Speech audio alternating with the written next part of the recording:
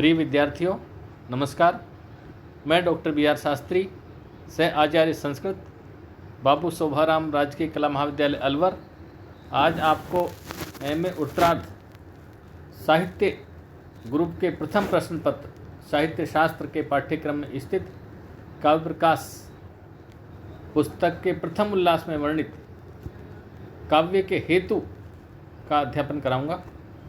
काव्य के हेतु से तात्पर्य अर्थात कवि काव्य लिखता है तो उसके पीछे कारण क्या होते हैं। हर व्यक्ति काव्य क्यों नहीं लिख सकता, एक कवि ही काव्य लिख सकता है। उसमें ऐसे कौन से कारण होते हैं, क्या हेतु होते हैं वो काव्य की रचना करता है। तो इसमें काव्य के हेतु का जो प्रथम हेतु आचार्य मम्मट ने बताया, इसमें कार्य के नंबर 3 में वर्णित है काव्य के हेतु, जो इस प्रकार है। शक्ति निपुणता लोक शास्त्र काव्याद्यवेक्षणात् काव्यज्ञ शिक्षाभ्यास इति हेतुस्तदुद्भवे। कार्य के नंबर 3 में ये हेतु बताएं, जिसमें प्रथम हेतु है शक्ति।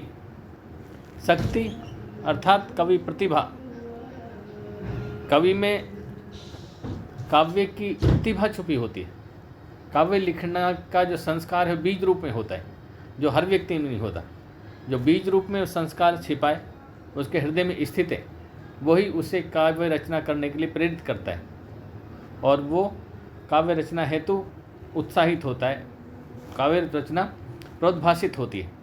काव्य रचना अपना आप उसके हृदय से निसृत होती है और काव्य रचना करता है।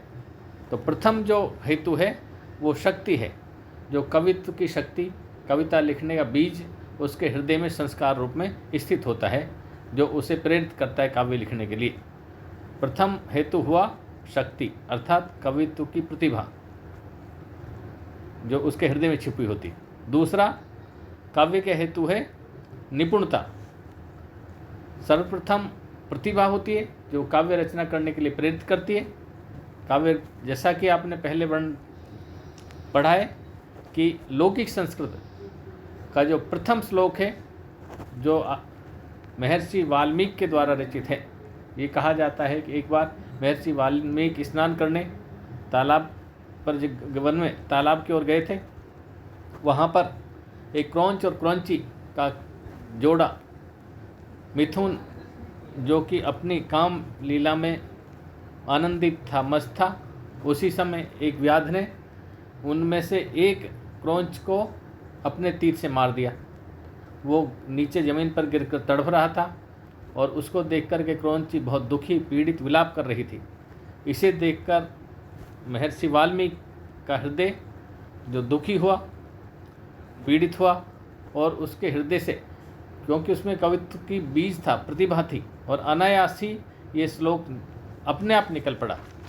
वो जो प्रथम श्लोक कहा जाता है लौकिक संस्कृत का, माँ निषाद प्रतिष्ठाम तोम गमह शाश्वती समा यत क्रौंच मिथुनात एकम वधि काम मोहितम। कि हे निषाद, कभी भी तुमको प्रतिष्ठा प्राप्त नहीं होगी क्योंकि तुमने क्रौंच के जोड़े में से एक को मार दिया है। तो ये श्लोक उनके हृदय से अनायास से निकल पड़ा, जो कि लौकिक संस्कृत का प्रथम श्लोक माना जाता है। तो ये होती है कवित्व की प्रतिभा, जो अंदर छिपी होती है, वो अनायास ही कविता के रूप में निकल पड़ती है। तो ये कवि प्रतिभा। और दूसरा जो हेतु है काव्य के निर्माण का, वह काव्य के उत्कर्ष का, वो है निपुणता। निपुणता कवि लोक शास्त्र के व्यवहारों से संपर्क में आता है और जो अन्य कवियों के लिखे काव्य आदि हैं उनके संपर्क में आता है। काव्य ग्रंथों को पढ़ता है, उनका पठन पाठन करता है, अनुशीलन करता है, जिससे उसमें निपुणता आती है। निपुण और उससे उस निपुणता से वो जब काव्य लिखता है तो उसके काव्य में उत्कर्ष आता है, काव्य में निखार आता है। वो धर्मशास्त्र, व्याकरण, छंद, शब्दकोश, वेद, स्मृतियाँ तथा और ग्रंथों को पढ़ता है, लक्षण ग्रंथों को पढ़ता है। तो उससे भी उसके काव्य में और अनुशीलन आता है और निखार आता है और विविध विधाओं का उसे ज्ञान हो जाता है, जो उसके काव्य में दृष्टिगत होता है। तो इसमें निपुणता उसमें आती है विभिन्न प्रकार के अनुशीलन से, लोक शास्त्र के ज्ञान से और अनेक ग्रंथों के पढ़ने से, अनुशीलन से, पठन पाठन से। तीसरा जो कारण है उसके हेतु का, उसका हेतु है वो है अभ्यास। सबसे पहले प्रतिभा के कारण वो काव्य रचना करता है, फिर उसके काव्य में निखार आता है लोक शास्त्र के संपर्क से तथा बड़े बड़े काव्यकारों के, अपने से पूर्व के काव्यकारों की रचनाओं को पढ़ करके, विभिन्न ग्रंथों को, छंद शास्त्र को, व्याकरण शास्त्र को, नीति शास्त्र को पढ़कर और भी वो निपुणता उसके उसमें आती है, काव्य रचना में निपुणता आती है। और तीसरा जो कारण है वो है अभ्यास। जो बड़े बड़े साहित्यकार हैं, काव्यकार हैं, तो उन काव्यकारों से के काव्य से तथा काव्य के लक्षण ग्रंथों से वो शिक्षण प्राप्त करता है और उनके अनुसार, उनके निर्देशानुसार से वो काव्य रचना करता है और अपने काव्य में निखार लाता है, अपने काव्य में काव्य के लक्षणों को दृष्टिगत करता है।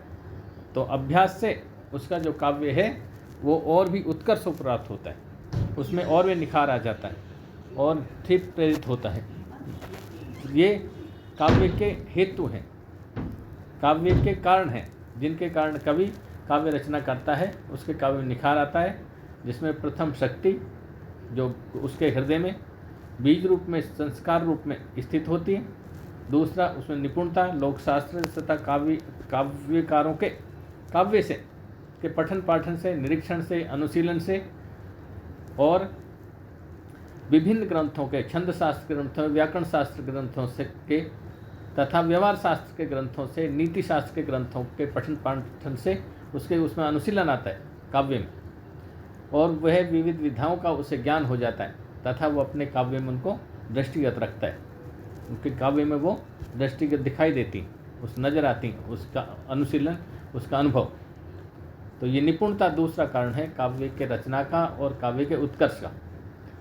तीसरा कारण है जो काव्यज्ञ हैं, जो काव्य के जानकार हैं, काव्य के लिखने वाले हैं, काव्य के लक्षण ग्रंथ जो लिखते हैं, तो उनसे शिक्षा प्राप्त करता है लक्षण ग्रंथों से, और उससे उनके ग्रंथ काव्य में और निखार आता है, जिससे काव्य रचना का विशेषज्ञ हो जाता है। विभिन्न समालोचकों की रचनाएं पढ़ता है और उसका अनुसार काव्य रचना करता है।